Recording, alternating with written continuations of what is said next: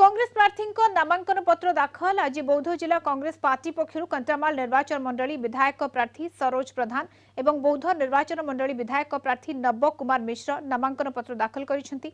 उभय निर्वाचन मंडलीर कांग्रेस हजार हजार समर्थक बौद्ध सहर स्थित रामेश्वर मंदिर में एकत्रित होते। सेठारे उभय प्रार्थी पूजार्चना कर एक विशाल रैली रे बाहरी सहरर गांधी छक एनएसी छक वालेस छक और कोर्ट छक दे जिलापाल कार्यालय में पहुंची हजार हजार कर्मी और जनता समागम करी कांग्रेस शक्ति प्रदर्शन करथिला। तेबे विशाल जनसमागम कांग्रेस शिविर को आहुरी उत्साहित करथिला। जिलापाल कार्यालय में पहुंची विधायक प्रार्थी सरोज प्रधान और नव मिश्र जिला निर्वाचन अधिकारी निकट में निजर प्रार्थीपत्र दाखल करछंती।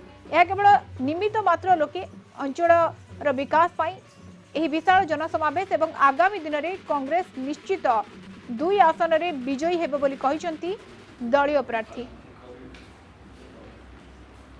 आमे घर घर जाई लोकों को तांको समस्या बाबद जानिबा एवं तांको बुझिबा देशर हालचाल राज्यर हालचाल या परे आमे गोटे सप्ताह से समय देबू तापर आमे अलग प्रकार मुद्दा नहीं आम मीटिंग जोटा रही पब्लिक मीटिंग करूँ।